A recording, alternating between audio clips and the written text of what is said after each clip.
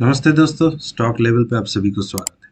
तो दोस्तों, आज एक केमिकल सेक्टर का स्मॉल कैप कंपनी जिसका नाम है हिमाद्री स्पेशलिटी केमिकल लिमिटेड, उसके बारे में डिस्कस करेंगे क्योंकि इसका चार्ट पैटर्न थोड़ा इंटरेस्टिंग दिखा रहा है।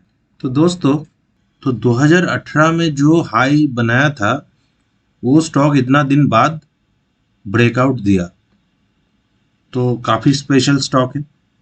तो चलिए पहले इसमें एक मार्क कर लेते हैं।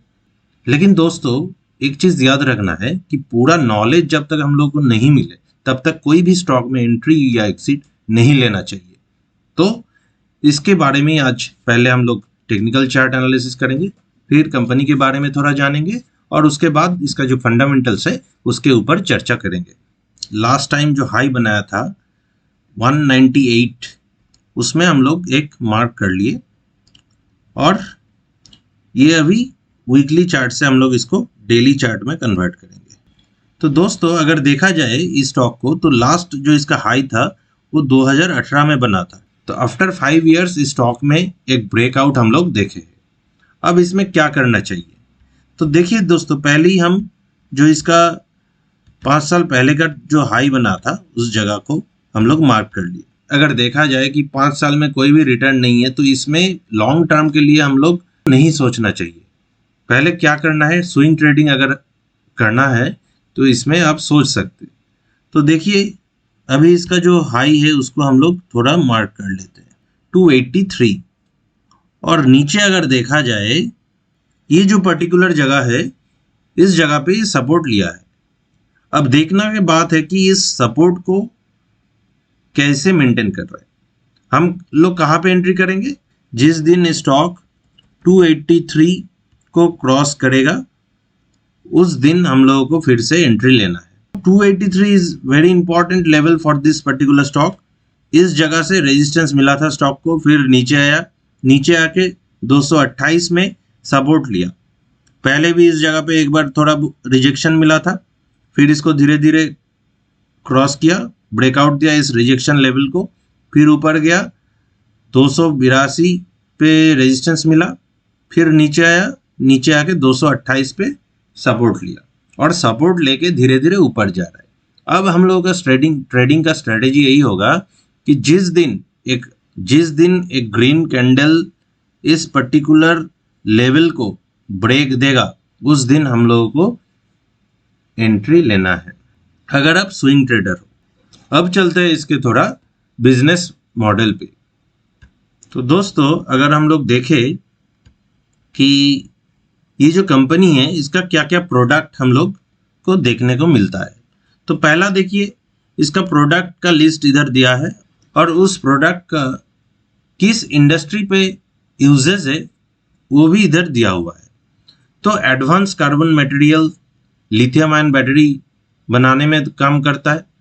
कार्बन ब्लैक ये एल्युमिनियम बनाने में काम में आता है। कोल tar पीच ये इसका मेन बिजनेस है जो ग्राफाइट बनाने में काम में आता है। फिर नैफ्थलीन है, SNF है, PCE है, corrosion protection, speciality oils, power, इतना सारा इसका प्रोडक्ट है और इतना इंडस्ट्री में ये काम में आता है कि इसका क्लाइंट काफ़ी अच्छा है। एक तो है CTP मतलब कोल tar पीट, इसमें बेसिकली जो माइनिंग्स कंपनी है वो इसका क्लाइंट है, जैसे वेदांता हो गया, नाल्को हो गया, बाल्को हो गया, ग्राफाइट इंडिया हो गया, फिर दुबई एल्युमिनियम है, क्वाटलम मतलब ये मिडिल ईस्ट का एल्युमिनियम सेक्टर से बिलोंग करता है, आदित्य बिरला ग्रुप है, हिंडल्को, और दूसरा जो है कार्बन ब्लैक बोल के जो इसका बिजनेस है उसमें बेसिकली जितना सारा टायर सेक्टर है, जैसे बिरला टायर हो गया, MRF हो गया, एपोलो हो गया, सीएट हो गया, तो जितना सारा दिग्गज कंपनी है टायर इंडस्ट्री का लगभग सभी इसका क्लाइंट है। और अगर तीसरा हम लोग देखें कि इसका जो और भी केमिकल सेक्टर जो प्रोडक्शन है उसमें पीडीलाइट है, सीका ग्रुप है।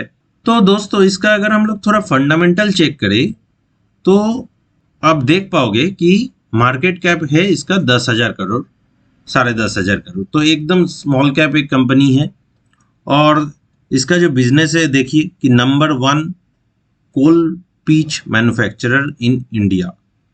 तो इसका जो मार्केट लीडर है कोल पिच मैन्युफैक्चरिंग में, और स्टॉक का प्राइस अभी जैसे हम दिखाए कि 241 के आसपास चल रहा है, पी है 36। प्रॉफिट एंड लॉस एनालिसिस करें तो हम देख पाए कि इसका सेल्स जो है 2012 में था 1100 करोड़, फिर 1300 करोड़, फिर 14 में 1300 करोड़, 15 में 1400 करोड़, 16 में घट गया 1100 करोड़, 17 में 1300 करोड़, 2018 में जब इसका हाई, जब ये स्टॉक प्रीवियस हाई बना था तो इसका जो सेल्स था 2000 के आसपास, एंड उस टाइम इसका ऑपरेटिंग प्रॉफिट मार्जिन जो था 22% था।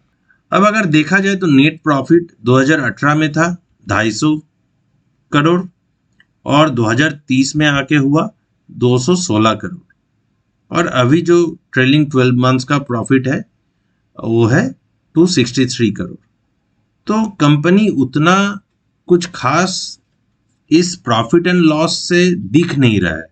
तो बोरोइंग्स देखिए दोस्तों, बोरोइंग्स लेकिन धीरे धीरे कंपनी घटाया है, ये काफ़ी अच्छा इंडिकेशन है कोई भी कंपनी का फंडामेंटल के लिए। ठीक है, शॉर्ट टर्म बोरोइंग दोस्तों चलते रहता है, या आगे पीछे ऊपर नीचे होते रहता है, लेकिन लॉन्ग टर्म बोरोइंग घटाना एक अच्छा चीज़ होता है। और अगर देखा जाए तो रिजर्व्स भी इस कंपनी का धीरे धीरे ग्रो हो रहा है। रेशियोज चेक करें तो देखें हम लोग कि डेबिटर डेज जो होता है, तो डेबिटर डेज इसका धीरे धीरे घटा है, तो डेबिटर डेज घटना एक अच्छा इंडिकेशन होता है कंपनी का, एंड इन्वेंटरी डेज भी घटना एक अच्छा इंडिकेशन होता है कोई भी कंपनी का शेयर का प्राइस इंक्रीज होता है, क्योंकि कंपनी इन्वेंटरी जो डेज होता है, मतलब कुछ प्रोडक्ट बनाया वो जल्दी बिक गया तो उसमें क्या हुआ, इन्वेंटरी डेज घट रहा है, तो प्रोडक्ट बना के अगर आप बेच ना पाए तो वो कंपनी के लिए घाटा होता है। ठीक है दोस्तों, तो इन्वेंटरी डेज घट रहा है मतलब रिड्यूस हो रहा है, मतलब एक अच्छा इंडिकेशन होता है। और अगर देखा जाए तो कैश कन्वर्शन साइकिल, तो कैश कन्वर्शन साइकिल भी ये धीरे धीरे 2018 में, उसके पहले 200 था 2012 में, और धीरे धीरे घटा घटा के ये 66 में आया। तो कंपनी एक चीज दिखाई दे रहा है कि कंपनी एक रिकवरी फेज में है, मतलब कंपनी का जो फंडामेंटल्स है, कंपनी सोच रहा है कैसे बोरोइंग्स घटाए, कैसे इन्वेंटरी डेज को मिनिमम करे, कैसे कैश कन्वर्शन साइकिल को घटाए। कैश कन्वर्शन साइकिल मतलब कंपनी जितना खर्चा किया वो फिर कंपनी के पास कितना दिन पे आ रहा है, ये होता है कैश कन्वर्शन साइकिल। तो जितना कम दिन में उसका जो पैसा है कंपनी में रिटर्न आएगा तो उतना कंपनी के लिए अच्छा है, क्योंकि वो पैसा फिर से वो मार्केट में इन्वेस्ट कर पाएंगे। और शेयर होल्डिंग पैटर्न देखें तो फिर धीरे धीरे प्रोमोटर 45 लगभग कांस्टेंट एक शेयर होल्डर परसेंटेज मेंटेन कर रहा है, और day by day FII is increasing its share holding. तो इससे एक चीज पता चलता है दोस्तों कि अगर इस कंपनी में हम लोगों को इन्वेस्ट करना ही है तो लमसम अमाउंट लेके कभी भी इस कंपनी में इन्वेस्ट करना सही नहीं रहेगा। जब तक ये कंपनी में ब्रेकआउट नहीं मिले तब तक इन्वेस्ट करना सही नहीं रहेगा। तो कंपनी के ऊपर जरूर नजर रखिएगा। अगर वीडियो अच्छा लगे तो लाइक शेयर कमेंट करके सब्सक्राइब जरूर कीजिएगा।